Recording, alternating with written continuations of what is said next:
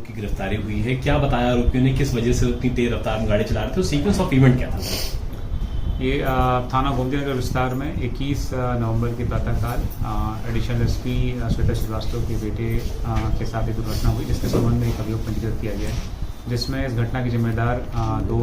व्यक्तियों को गिरफ्तार किया गया है और जिसमें प्रयुक्त की गई गाड़ी को भी बरामद कर लिया गया है। घटनाक्रम के संबंध में आरोपियों ने बताया कि उनके उसमें से एक आरोपी देवश्री वर्मा के चाचा ने एक नई XUV 700 अभी 2 महीने पहले खरीदी थी और उसके चाचा वर्तमान में लखनऊ में किसी शादी की वजह से आए हुए थे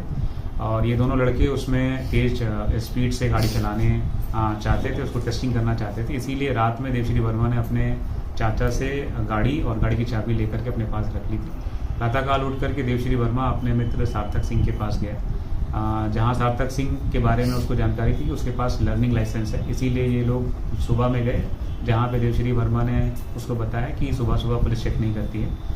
फिर दोनों वहां से गाड़ी लेकर के G20 रोड पर आए, जिसमें एक तरफ से देवश्री वर्मा गाड़ी चला रहा था और उसको उन्होंने आपस में शर्त रखी थी कौन ज़्यादा तेज़ गाड़ी चलाता है।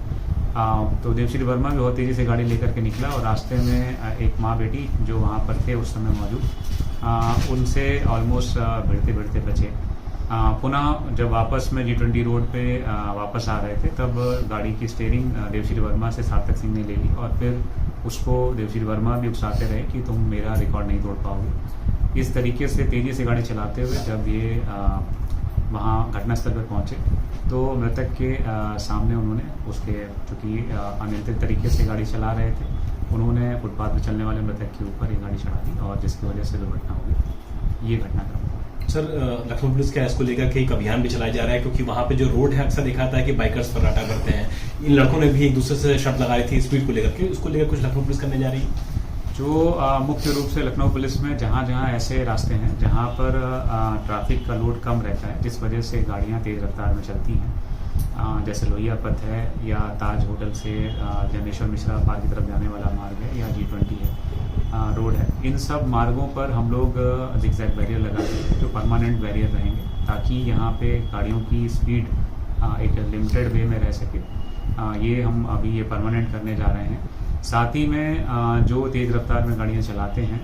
उनकी गिरफ्तारी या उनकी गाड़ियों की सीज करने के लिए जिस समय विशेषकर से कार्यक्रम सुबह के समय होता है तो उस समय विशेष टीमें गठित करके ऐसी गाड़ियों के खिलाफ कार्रवाई करेंगे और साथ ही जो लोग साइलेंसर लगा करके गाड़ियाँ चलाते हैं उनके लिए भी हम लोग विशेष अभियान चलाएंगे और उन सभी गाड़ियों को जिनमें साइलेंसर से हालत ज़्यादा आवाज़ आती है तो उन गाड़ियों को भी सीज करेंगे। आखिरी सवाल सर, क्या जो आरोपी है सार्थक सिंह, इसके पिता ने पहचान छुपाने की कोशिश की, गाड़ी छुपाने की कोशिश की और ये भी बोल दिया क्या कि सार्थक नाम का उनका तो कोई बेटा ही नहीं है? जो सार्थक सिंह इसमें मुख्य आरोपी है, जो